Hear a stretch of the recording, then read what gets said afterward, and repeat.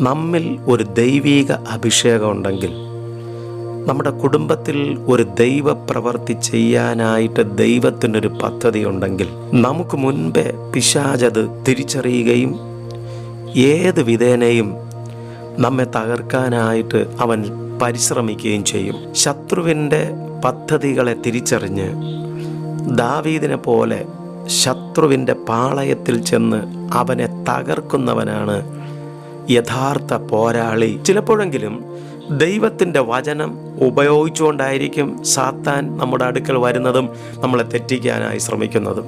ദൈവജനം പ്രശസ്തിയിലേക്ക് വരുമ്പോൾ, അവർ അറിയാത്തതായിട്ടുള്ള അംഗീകാരങ്ങളും പുകഴ്ചകളും ഒക്കെ ലഭിക്കുമ്പോൾ അവർ സ്തോത്രം വീണുപോകാനുള്ള സാധ്യത കൂടുതലാണ്. പിശാച് നമ്മളെ തോൽപ്പിക്കാനായിട്ട് ഇടവരരുത്. അവൻ്റെ തന്ത്രങ്ങളെ നമ്മൾ തിരിച്ചറിയേണ്ടവരാണ്.